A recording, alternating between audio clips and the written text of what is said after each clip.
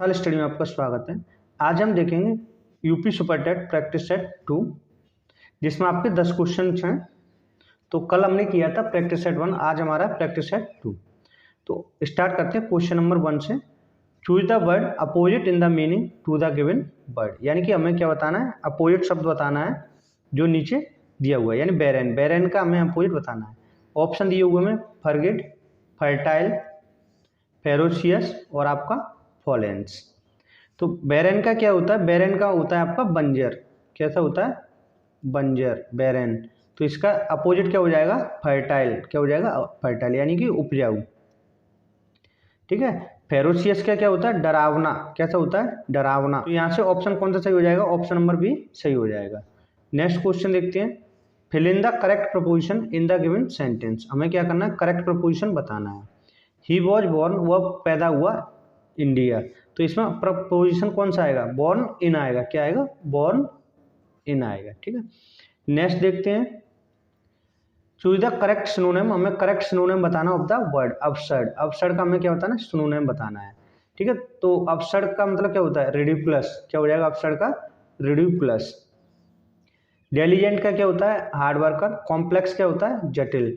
और ब्रिस्क का मतलब क्या होता है, छंगुर, यानी कि ब्रिक्स, नाजुक, यानी कि तुरंत टूटने वाला। ठीक है। तो इसका अपसर्ड का क्या हो जाएगा, रिडिकुलस। नेक्स्ट है आपका read the passage carefully and answer the question. अब हमें क्या दिया हुआ, पैसेज दिया हुआ है और इसका हमें रीड करना और आंसर बताना है। तो ये क्या कह रहा है पैसेज में, मैनी ईयर एगो, कई साल पहले, देयर लिव्ड इन इंडिया, यानी कि lived in India a great king called Jahangir. कई साल पहले इंडिया में एक महान राजा रहता था जिसे हम क्या कहते थे, कॉल्ड जहांगीर, जिसे हम जहांगीर कहते थे। ठीक है। अब जैसे देखो यहाँ पे लिव्ड इन आ रहा है, इन इंडिया, जैसे अभी प्रपोजिशन में आया था तो क्या आया था, लिव्ड इन। ठीक है। ही रूल्ड ओवर, उसने शासन किया। He ruled over, ruled over मतलब शासन करना। अ वेरी बिग किंगडम, उसने बड़े राज्य में, यानी किंगडम मतलब साम्राज्य में, और एम्पायर यानी कि साम्राज्य। So he was called an emperor, इसलिए उसे हम क्या कहा जाता था, उसे सम्राट कहा जाता था, यानी एम्परर कहते थे।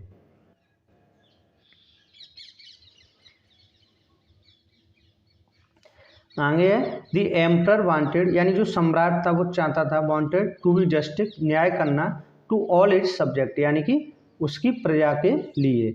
ही ऑर्डर, उसने आदेश दिया, हिज सोल्जर, अपने सैनिकों को, टू लाई, लटकाने के लिए, a big bell in front of the palace, यानी कि महल के सामने, यानी कि उसने अपने सैनिकों को ऑर्डर दिया अपने महल के सामने एक घंटी लगाने के लिए या टांगने के लिए। ठीक है।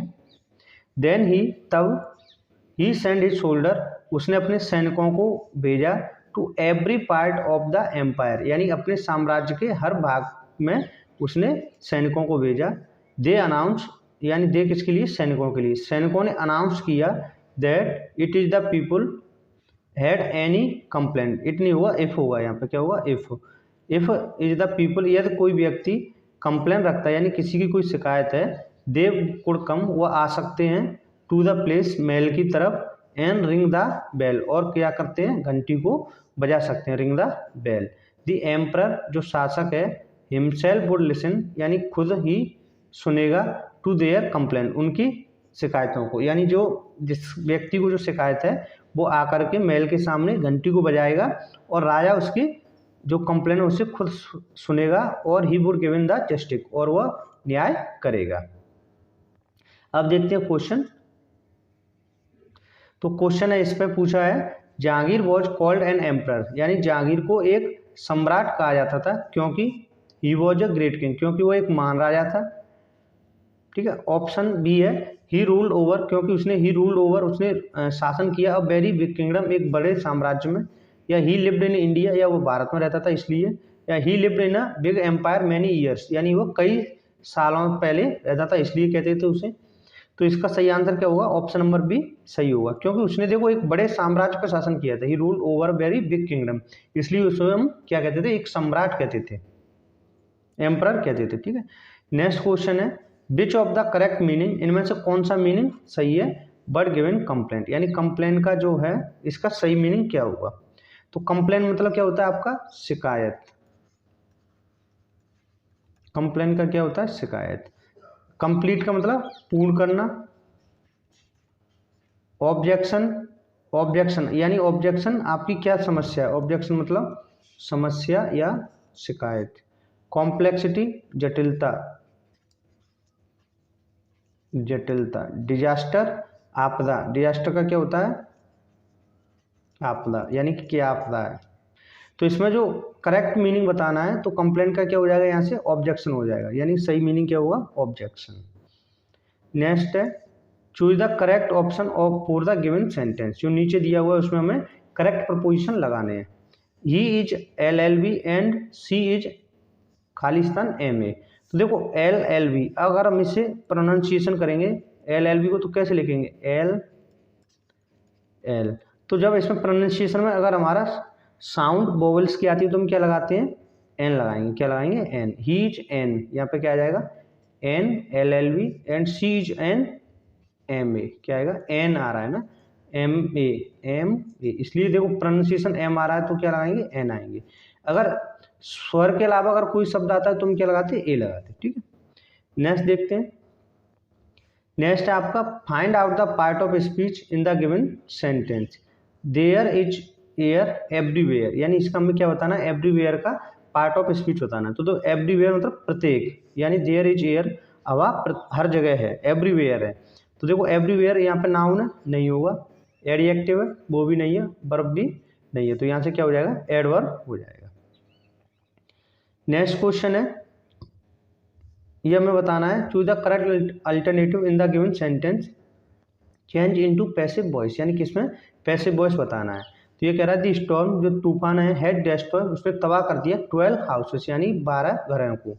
तो अब देखो यहाँ पे जो ये सब्जेक्ट है क्या है, तबाह कैसे किया गया, 12 हाउसेस को किया गया। तो ये ऑब्जेक्ट है, ऑब्जेक्ट को हम क्या बनाएंगे, यहाँ पे सब्जेक्ट बनाएंगे। तो 12 हाउसेस सब्जेक्ट हो जाएगा। अब देखो हैज का हम क्या कराएंगे, हैव, हैज का क्या आएगा, हैज की जगह हैव हो जाएगा, क्योंकि देखो यहाँ पे तो स्टॉर्म था, सिंगुलर था, इसलिए हैज था। यहाँ पे क्या हो जाएगा, हैव हो जाएगा, हैव। अब देखो इसका नेक्स्ट सेंटेंस, अगर हैज को हम किस चेंज करेंगे, बीन लगाएंगे इसके साथ में, तो बीन आएगा इसके साथ में। तो देखो हैड तो हुआ नहीं, और वर भी नहीं हुआ, और हैज भी नहीं रहेगा, यहाँ पे क्या आएगा, हैव आएगा। तो हैव बीन, क्या आ गया, have been destroyed by the storm. तो ये तो इजी है।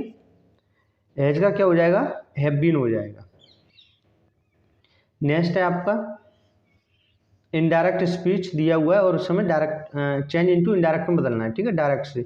Shreya said to his brother, Shreya ने अपने भाई से कहा, आर यू फीलिंग बेटर, क्या तुम फीलिंग बेटर कर रहे हो, यानी कि अच्छा महसूस कर रहे हो।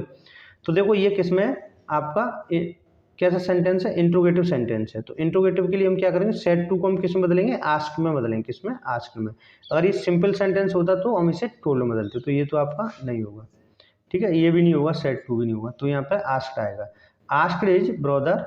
अब देखो कॉमा उठा करके हम क्या लगाएंगे, कॉमा उठा करके हम इफ या वेदर का प्रयोग करते हैं, दैट भी नहीं आएगा, तो यहाँ पे क्या आ गया, इफ आ गया। ही, अब सब्जेक्ट क्या आ जाएगा, यू, यू किसके अकॉर्डिंग होता है, ऑब्जेक्ट के अकॉर्डिंग बदलेंगे। तो इस ब्रदर की जगह क्या आएगा, ही वॉज फीलिंग बेटर। तो ऑप्शन कौन सा सही होगा, यहाँ से ऑप्शन नंबर सी सही होगा। नेक्स्ट है आपका चूज द करेक्ट ऑप्शन, हमें सही ऑप्शन बताना है for the word given below in meaning, यानी अ बिग शॉट। अब बिग शॉट का मतलब, यानी कि इसका हमें बताना करेक्ट ऑप्शन बताना, जो 4 ऑप्शन दिए, अ स्टूपिड पर्सन एक मूर्ख व्यक्ति, एन इम्पोर्टेंट पर्सन एक महत्वपूर्ण व्यक्ति, समथिंग टू बी प्राउड या कुछ ऐसा जिस पर हमें प्राउड होना चाहिए, अ डिस्टिंग्विश्ड व्यक्ति यानी कि एक अद्भुत व्यक्ति। तो इसका क्या है, देखो बिग शॉट मतलब एक बड़ा शॉट, यानी एक एन इम्पोर्टेंट पर्सन, तो यहाँ से क्या आएगा, एक महत्वपूर्ण व्यक्ति हुआ। ठीक है, ये था हमारा प्रैक्टिस सेट 2। नेक्स्ट वीडियो हम देखेंगे यूपी सुपर टेट का प्रैक्टिस सेट 3। आपको ये वीडियो कैसा लगा कमेंट बॉक्स में जरूर बताइएगा, अगर कोई सुझाव हो तो उसे कमेंट बॉक्स में छोड़िएगा। Thank you for watching.